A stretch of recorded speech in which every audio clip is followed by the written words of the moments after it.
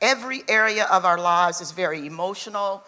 Everything that we do, our sense of competence, our sense of security, the need for attention, emotional connection, friendships, intimacy, our sense of status, going to school, taking classes, belonging to groups. And we know all of those things cost money, right? All of those things cost money.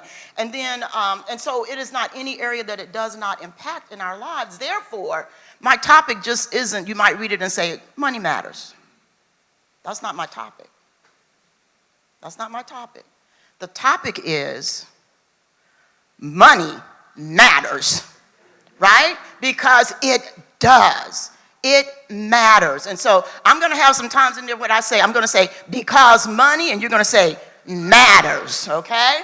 Because money matters. All right, I want y'all to be on it. You got to be on it, okay? And so I'm going to go ahead and get started again, Increasing Hope nonprofit organization. The HOPE is an acronym for Helping Others Prosper Economically. We have an umbrella of services that we'll get to tell you about, but I just wanted to make sure that we understood the significance of money. Next, I'm going to just show you, where am I pointing it to, or at? There we go. All right. Increasing Hope is a one-stop shop, and that was a part of the vision that I had for the organization from the day that I sit down at my kitchen table. An entrepreneur, just like most of you in this room, started with that thought process, with a desire to help, a desire to serve, or to do something. That's where Increasing Hope started as well, right at my kitchen table. I'll be able to tell you some of the stories in the process that I went through just like you as an entrepreneur, from the standpoint of you being the first investor in your company, right? I tell people, I was like, we started with the Bank of Bernique. Yes, the Bank of Bernique. Bank of Bernique was the first funder, which was my loving husband, who still stands beside me, just like this couple here, as we grow our organization. And so that was my first funder. But Increasing Hope, we serve, our focus is financial education, money management, D-Free. We use a curriculum called D-Free, which is helping people get free from debt, delinquencies, and deficits so that they can embrace deposits, dividends, and deeds. And then we are a credit counseling agency. We're going to talk a little bit about that. We heard a lot about our credit and capacity, but we work in helping people become a part of the 700 Club. Who in here is a part of the 700 Club? You don't have to raise your hand, because we know we get challenged in that area sometime, right? But that score needs to be in the 700, right? As a business owner, do you want to get these loans? You want to do things? It is still your credit that helps you accomplish those things. So you need to be focused on becoming a part of that club. We do housing counseling, HUD housing counseling, help people become homeowners. We also help save people's homes from foreclosure, as well as tax preparation, our volunteerism program. And last but not least, our newest baby is the SBA's Women's Business Center, where we help entrepreneurs just like you. And most of those services, we do have some programmatic fees, but most of those services are absolutely free. Absolutely free. So that's a little bit about who we are as an organization. Real quickly, just to show you the impact that we have, $3.5 million just last year alone, with the clients that we serve, with the events that we had, with the trainings. We had Apex in the building just last week doing government contracting. We connect with Angela in the building, all kinds of trainings to help you grow and expand your business on an ongoing basis. This last year we did 75 events and trainings. The year before we did almost 90. Happening right here many times in this business or in collaboration with our partners, because we definitely believe in partnerships. 15 new homeowners last year, all kinds of volunteer hours. And so that's just a little bit about our impact and the work that we're doing. And that is some of what helped us become that nonprofit of the year on last year, despite a lot of the challenges that we had. So we're very proud of that award and having become nonprofit of the year. Now, here we go. We're finna get into the meat of it right here. We got to understand our finances. I put this together based exactly on what I was told to talk about. Exactly. So some of it is very basic, but I know how to follow instructions, right? So I followed instructions, and so we want to talk about our personal finances a little bit. Then I was instructed we're going to talk about our business finances a little bit. And then what was laid on my heart, we're going to give you just a little bit of encouragement from the standpoint of being an entrepreneur, because it is tough. It's hard, right? And so I want to leave you encouraged that as you continue your journey, that you feel motivated, inspired, and to do it, because I don't know how to do anything else but increase hope. That's it. That's the name of the organization. That's what we do. We inspire and encourage you. So that's all I know how to do. So if you have a good handle on your personal finances, you're most likely to do the same with your business finances. So we have to start here. Part of the reason for increasing hopes that we're so successful with our one-stop shop is because someone will come in and say, oh, I want to be an entrepreneur. I want to be an entrepreneur. And we ask about the credit, your finances. Do you have a separate budget? And they're and we have to send them right down the hall to Brittany to do credit counseling, budgeting, to get it all right, because it goes together. You can't separate the two. The very thing, you are going to handle your business finances the same way you handle your personal. And so I say to people, we ask this question: would you hire yourself to do your business finances? Would you? Right now. Some maybe could say yes, but a lot of us could say, oh. Most of the time in the classroom, they're going, oh, no. You know, I don't want to hire myself to do my business finances. Why? Because if they handle it the same way as the personal, they know there's going to be some challenges. So the first things we have to do is to get our personal finances in order. And also the reason for that is because it is you are the principal. You are the owner. Applications and requests and requirements, they're going to be asking you for your personal finances. Your balance sheet, your profit and loss as an individual, your assets. And so once again, in order to move your business forward, you have to have your information together with your personal finances. All right, money has some rules. And we have kind of heard this, and as I was listening to some of the other speakers, I love, because everything was feeding right into this. We've heard the cash is king and the cash flow and all of that. So here is your number one money rule as a small business owner. Cash is king. You have to understand the rules. The rules are the heart of your business. You need cash flow. You need the money. I don't necessarily mean having money in your pocket or this, that, and the other, but you need cash, right? No matter what form that is in, to run your business. It is king. It is going to keep things going. It is going to sometimes open the door for you. So you need to know that rule. Guys, if you don't have cash, if you're not creating revenue or income, you don't have a business, you have a what? Okay, so some of us think we're business owners, but we're still in the hobby stage. And the goal for all of these resources here, all of the entrepreneur system, ecosystem folk that are represented today, is to get you past that. Is to help you become that business owner so that you are creating revenue, so that you have income, and that is no longer a hobby for you, okay? So number one, cash is king. You have to know the cash flow. Number two, understand the power of relationships. By that, I mean, do you know your banker? Do you have a bookkeeper? Do you have a CPA? Do you have relationships with the people that can help you move your business forward? That you can go in and talk to, you know their names. I had an incident yesterday, just a personal example. I needed to do a transaction at the bank, and traffic was crazy. It's 4 o'clock in the afternoon here in Charleston. You know what that's like. And I told my husband, I need to stop by the bank, and then I'm going to come by, and we were going to go to dinner or whatever. And he's like, well, which branch are you going to? He's like, well, you know, this one on Somerville Main Street is closer. I said, well, I really want to go to Trolley Road. Why? Because my Trolley Road branch, I know my banker. They know me. I can walk into her office, because I have the relationship there. Even though I could go to any branch in the city, right? So the example of, and what I was able to tell him when I got home, is like, I went in, I needed to transact business, I need to get it a certified check. And I said, but because I have that relationship with my banker, after talking with her, she walks out of the office and said, she needs a certified check, waive the fee. That's relationship, right? So you need those same relationships. You need individuals that you can tap into to do what it is that you need to do. So relationships are very, very, very powerful. Then have a personal and a business budget. Now, y'all know I couldn't stand up here and not get on that B word, right? You want to call it a spending plan. You want to call it whatever you want to call it, but we need it, right? You should have one both for your personal and one for your business.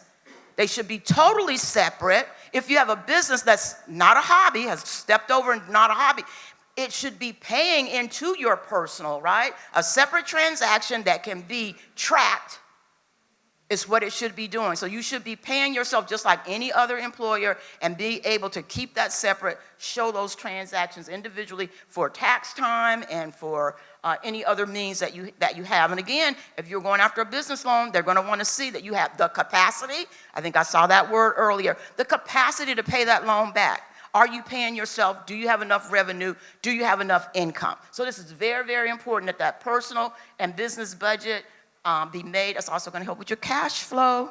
Remember, cash is king. What can you do? When can you do it? Based upon when the cash is coming in. Okay? All right. So ask yourself these questions, and we kind of talked about them. Do I actually know my banker? Not do I just have a branch that I go into, but do I know my banker? Do I know my value proposition as a company? Angela kind of touched on that. Your one-sheeter. Do you know your value proposition? Can you tell someone what it is that you bring to the table that is different from anyone else? Right? What is it that stands out from you? Okay? Sometimes when I'm teaching, we have a class, we call it, what is your USP? Your USP, your unique selling proposition. What is it that differentiates you from anyone else that's doing the same thing? It could be 50, rental companies. But what makes you stand out among them? That when they see you all together, they're going to say, oh, no, I want to go with them, right? And so that's what we need to know. What is our proposition? Can I think like a banker?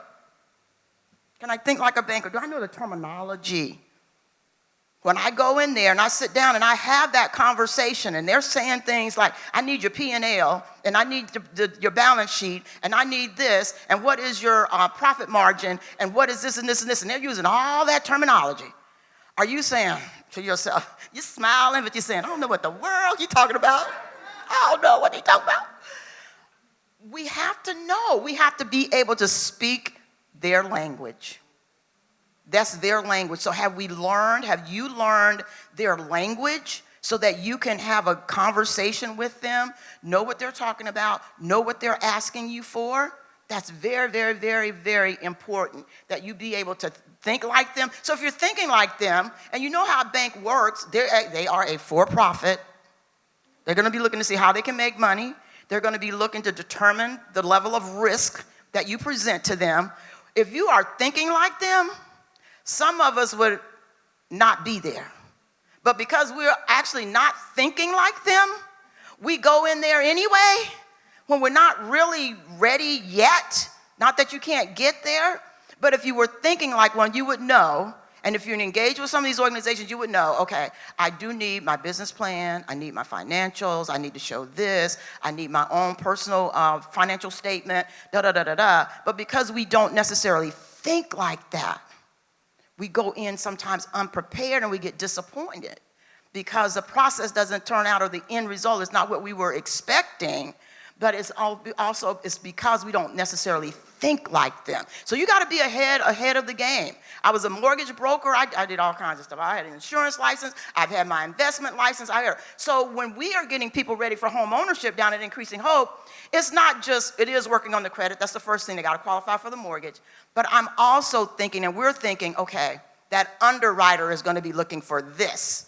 And it's not enough just to get your pre-approval or whatever, but when it goes to that underwriter and they're investigating stuff, that's when you get to the nitty-gritty. So it's my job and my counselor's job to help them already be thinking like that, right? To overcome any obstacles that they might get. So as a business owner, you've got to be thinking like that as well. Before you go into a banker, before you go into an investor, before you go into anybody to partner with, what might they be thinking, right? So that you can properly prepare yourself to engage with them.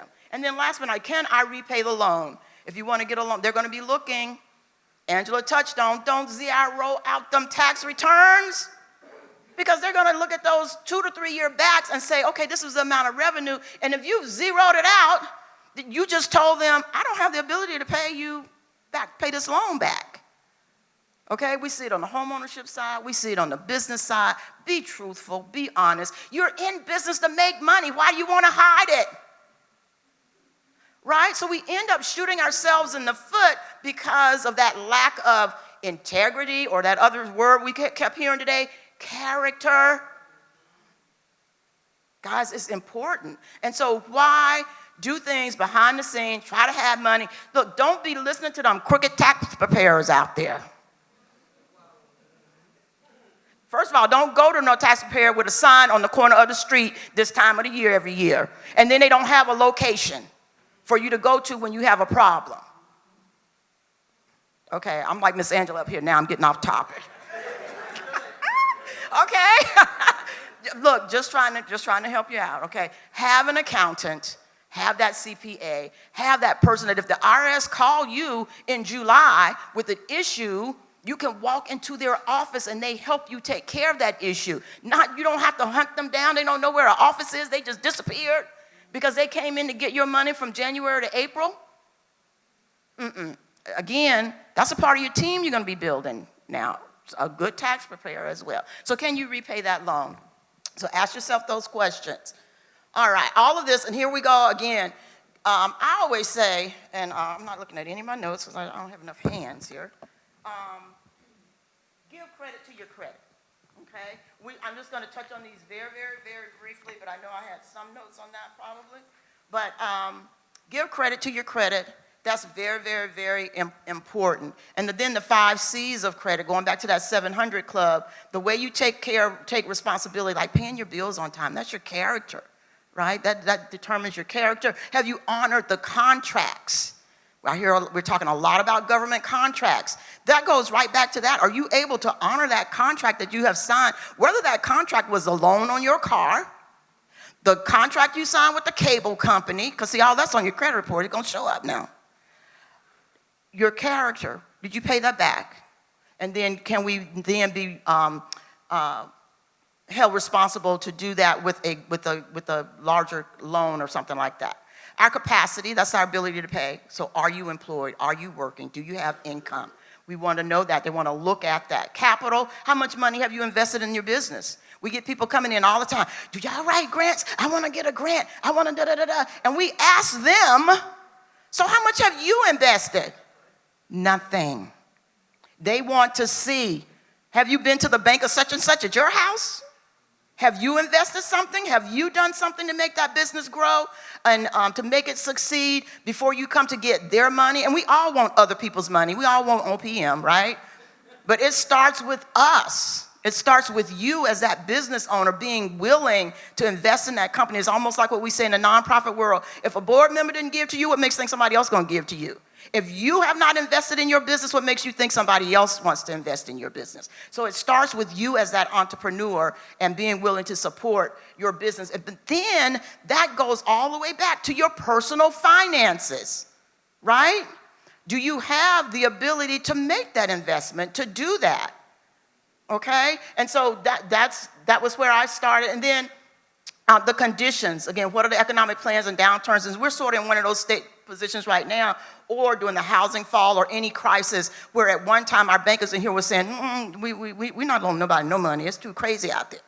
So that's the economic condition that you had no control over, but sometimes it can still impact your ability to do business. And then last but not least, collateral. What do you own? You know, what do you yourself own? Okay? Now, I'm going to go back. I'm going to give you another example, personal example of the credit thing. I was starting Increasing Hope back in 2003. I was doing this since 2003, started the organization in 2005. And a nonprofit organization, I went to some meeting that I don't know if it was the city of Charleston, SBA. At any rate, there was some program that existed where they did a little seminar, and right on the spot, they were assessing if you could get an SBA loan. Wow. But I found out at the time, you know, COVID changed everything, but at the time, they didn't give loans to nonprofit organizations. They didn't give loans to nonprofit organizations. Oh, that knocks me out. But again, very transparent, just showing you my journey and how all this fits together. I had a mentor that was a lawyer, a tax accountant, an entrepreneur, and in her mentorship to me, she's like, hey, I can tell you how to get around that.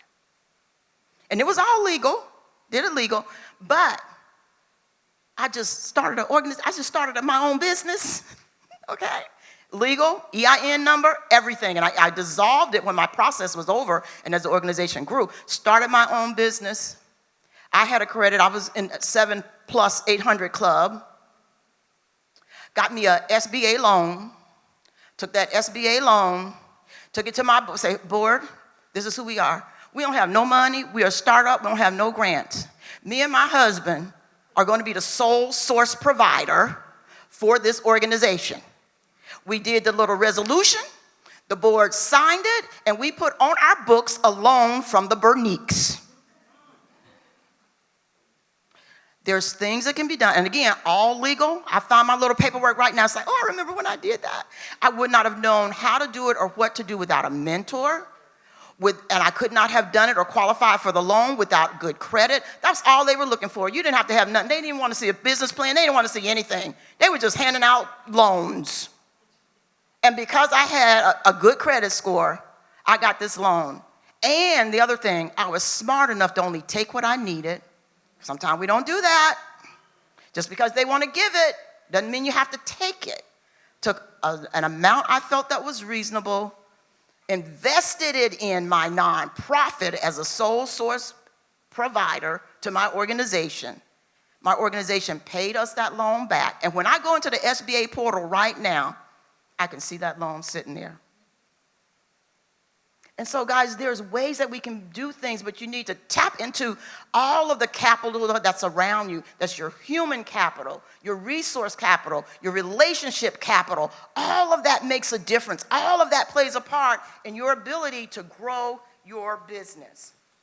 Okay, so now let's see, if you run into any trouble with the finances. Remember, we're on the financial side, and you as a business owner, these are some signs that you may be running into some trouble personally and or with your business if you start making large credit card purchases. Again, the cash is not there, so now we're at the credit card. We got frequent overdraft fees. Things are happening with your bank account, whether it's personal or business bank account. We got withdrawals from our savings. Right? We're having to tap into the reserve, and you have to do it sometime. As a business owner, the reason why we have an emergency fund in our personal lives is because sometimes you have to tap into it. I'm not saying it's wrong, but then you know that things have changed. The lack of savings or investing, okay? So you're having shortfalls and you're not even able to save. Unpaid bills, things in collections, then a poor credit history, that score starts going down, and then no budget in place in the first place to help give you that guidance that would have been needed, maybe to help you omit some of those other areas, okay? And so, but these are signs of financial troubles and the time that you need to take time to look at, reassess, and analyze where you are and what type of changes you might be able to make. I don't know, this question came up where, I'm going to sit on a panel at some point in time, but the question they're going to do is, what things can I do in the environment that we're in now to help get around all of this stuff? One of the first things that we all could do in reference to where we are now in the times of uncertainty, whether it's your personal finances or whatever, is change the way you're doing things immediately, right? Make adjustments immediately. Don't continue to live at the level that you live at, whether it's for your business and or personal, and eat up all the emergency money and eat up all this. Change immediately. Oh, okay, let me look at what can we stop? What can I cut off? What can I not do? You need to do that and not wait. Because a lot of times we live at the height of our income, use up, I can tell you how many times they come in, well, I used up all my retirement and I used up all this because they kept living at that same level. But you got to make those adjustments immediately, okay? So that's one of the ways that we navigate where we're at, okay? All right. Oh, Increasing Hope 2024 Nonprofit of the Year. The Women's Business Center got our designation as a National WBC of Excellence. Guys, we love what we do.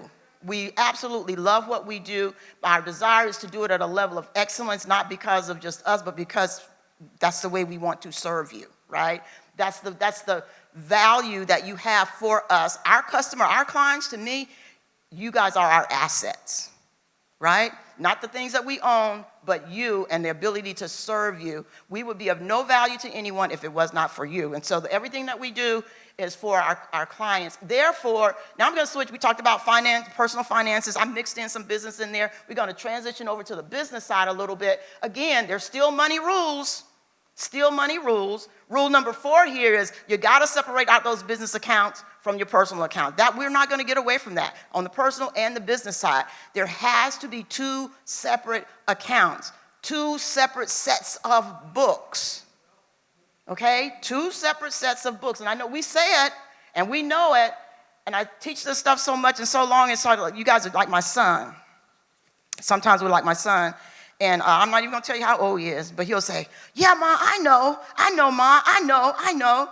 And I'm saying to myself, but son, if you know, why aren't you doing it, right? Why don't you do it? If you can tell me that you know, you've heard it so many times, a lot of times what our problem or our challenge ends up being is actual execution, okay? Because we can have clients that come through, they come to every class, every seminar. We know them by name. We know their grandchildren. We know everything. They know us. And we love our community, but I'm saying, but what are you executing? What are you actually doing? How are you actually moving your business forward? And so execution is key, all right? Execution and actually doing what we want to do. Again, here's your team, your bookkeeper, your accountant, your CPA, your banker, right? All of these people help make up your team. And for a business owner, your team might consist for my solo entrepreneurs and micro entrepreneurs and all that kind of stuff. It might be your babysitter so that you can work on your business in the evenings without being interrupted. Your team is not just you growing where you are hiring staff, but your team includes anyone that can help you do what you do, okay? So my team, some of my team members are not unorthodox because you're going to get them as you grow, but whatever. I bet Miss Courtney, you got a housekeeper? Mm-hmm. That's a team member. She said, yes, she has a housekeeper. I do too. Don't have to be rich, but just have to have the need and then the willingness to make that investment. So I don't do a lot of other things because I choose to invest in something like that, so that after I have worked a 14, 15-hour day, I can walk in my house and not have to worry about dusting. Okay? And that's how you do it. So the housekeeper, someone to help you with that, okay? My car wash person, I ain't even got time to go through the drive-through. I just call him up, tell him where I am, he drive up beside me. There you go. That's part of my team. That's because it helps me. I can be in the classroom over there, teaching a class, look out the window, wave at Mr. Mike. He helps me be able to do what I do, right? And then I introduce him to everybody in the class so he can get some more business. But that's a team member. That's a team member. The person that do my hair, see my team member, right? And so your team, who's your team? Who do you need right now? Just think of one thing that if you added that team member, it would help you be able to do what you do a little bit easier or a little bit better. Those become your team members, okay? Those people become your team members, all right? So add to your team. It could be whoever, whatever. And for us, and again, it could be that single mom that needs a child care person, whatever. Our team members will all look different, but there will be standard. On the business side, of course you want these things. For me, on my business side, it extends to those other people because it helps me to be available to do my passion, okay? All right. Understand your business finances. Somebody touched on this. Know what your taxes will be, what they'll be for when you start your business. Some of you are retail, some are products, some are services. There's different levels of taxation that will apply to you based on the type of business that you have. But make sure you've tapped into having an understanding of what that will be. Make sure that when you start hiring those employees, that you're paying those quarterly taxes. Okay, and tapping into all your employee taxes that will need to be had, and all the different areas, again, based on your business, that you will need to know about. And again, in the entrepreneurial ecosystem here, there are many, many people that can help you make sure you know exactly what those are based on the type of business that you have. And so what do you need in order to pay your taxes? How do you need to put things in order? This is where your CPA comes in, your bookkeeper. Those could be the people that are paying those for you and getting that off your plate. You don't have that responsibility. So if your books are up to date, your books are good, it's accountable, then they're paying those taxes to you. You set up your account, they tap into that account, they make sure and they pay it. They pay it for you, okay? So then that's taken off of your plate. But you need to understand your business taxes because you don't want the IRS coming after you, okay? Now here, I'm gonna tap into just a little bit in reference to being an entrepreneur because sometimes people like Miss Courtney and the other young lady that did her little thing and other people in the room with us, they can make it look so easy. I'm sure this gentleman up here with the construction business, sometimes it can look so easy. You don't know the amount of blood, sweat, tears, and for us women, tears, and more tears that have gone into it showing up like it shows up, right? And so sometimes we enter into the entrepreneurship with a faulty mindset, just the wrong attitude, just the wrong thought process. And for the class that I teach, our Her Institute, the first place we start is personal development and mindset, because it's about you first as the leader of your business, as the owner of your business. So we just debunk all this faulty thoughts that people end up having, like, I'm just going to have all this time. I'm going to be able to do what I want to do. I can get up at 12 o'clock. I think most of us already know you're going to work harder than you ever worked. And if you're not, then there's something wrong, okay? So you will not have all the time freedom that you think you're going to have, right? Because you're going to be working on your business diligently, consistently, in your sleep, okay? Yes. So if I'm good at what I do, I'll succeed. If we had some restaurant owners in here, because just because you're good at what you do does not mean, because all them restaurant owners with the percentage of restaurants that close, they can cook. They can throw down, okay? But if they didn't have the other business mindset, the business fortitude and all the other things, whether it's your character side or the business side, just because you're good doesn't mean you're necessarily going to be successful, okay? And so we have to be mindful of that because we just think, oh boy, they love my cookies. They love this, they da. But there's so much more that goes into that. So be mindful of the fact that that's not the only thing that it takes to succeed, but it is definitely a big part of it. I will make more money working for myself. At some point, yes, you might.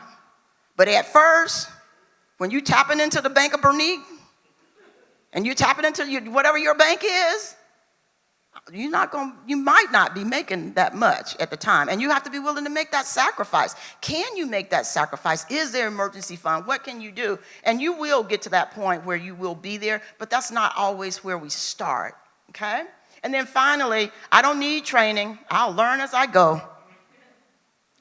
So that's the person that's not teachable. And one of the things as an entrepreneur, you have to remain teachable. I don't care if you've been in business for 30 years, always be teachable. Have a teachable heart and a teachable mindset and willing to allow other people to pour into you, to point out your shortfalls and your weaknesses or whatever it might be, because that's a good thing, right? To always be expanding and challenging yourself. So you do need training.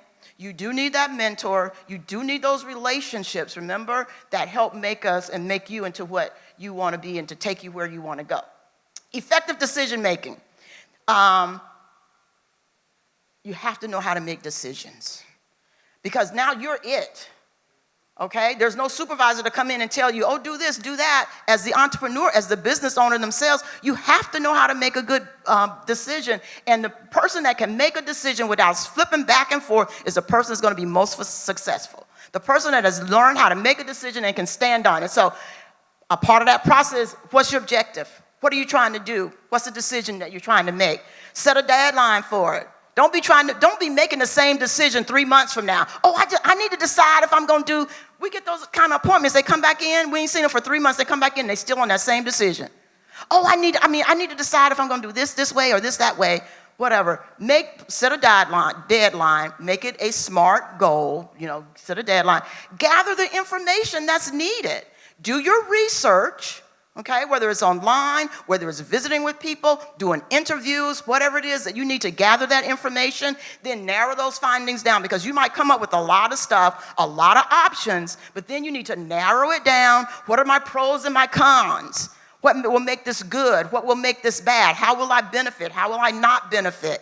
You want to do all of that, then check your intuition, that gut feeling, that thing on the inside of us. For some of us, some of us might be saying, well, something told me. That's your intuition. For some of us, it's, yeah. So you're gonna listen to that. Don't override that sometimes. Your intuition, something told me not to partner with that joker. You need to listen to something. Sometimes we need to listen to something. That's that intuition, right? And then make the decision and stand firm on it, okay? Make the decision and stand firm. If you've gone through these steps, and inside of this, you might also then get the advice of that mentor, counselor, friend, business coach, whatever it might be, and then when you do it, again, you just move forward. But you have at least taken the steps to do it in the most productive way and most professional way that you could actually do that.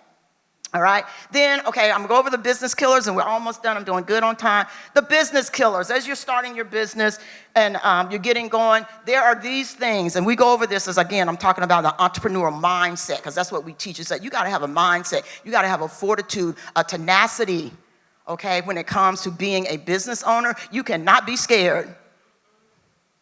Okay? You cannot be scared. So fear is one of the biggest business killers. Oh, I'm scared. I was scared to do that. I was scared. You can't be. You got to do it anyway, right? Cannot be scared. Doubting yourself, not being confident in yourself. Just, should I do? I don't know. Laziness and procrastination will shut you down. Just being like, that whole thing of I can get up at 12 o'clock and do this business. No, you can't. Get your lazy self up. Do what you need to do. And procrastinating, that goes back to that fear and doubt, not making a decision on time. The lack of focus. I just take a deep breath when they come in and say, I got this business and this business and this business. And I'm going, no focus, all over the place, just like the light in here.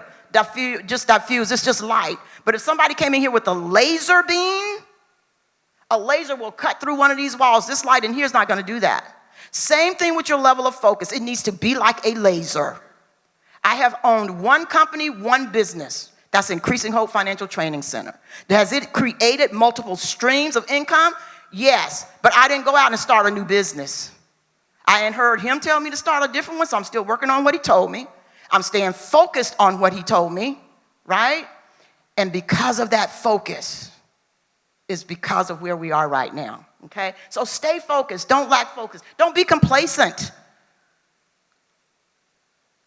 Work with a sense of urgency with everything that you do. That's all I'm going to say about that. Financial mismanagement will kill your business. We've already touched on that. Then negativity. I can't. And then, again, your community and who you're around. I think Courtney said that. Be around some positive, encouraging, motivating people, not negative people that's pulling you down, the crabs and all that stuff. You can't. I tell people, for me, my glass is not even half full. My glass stays full all the time because I have hope.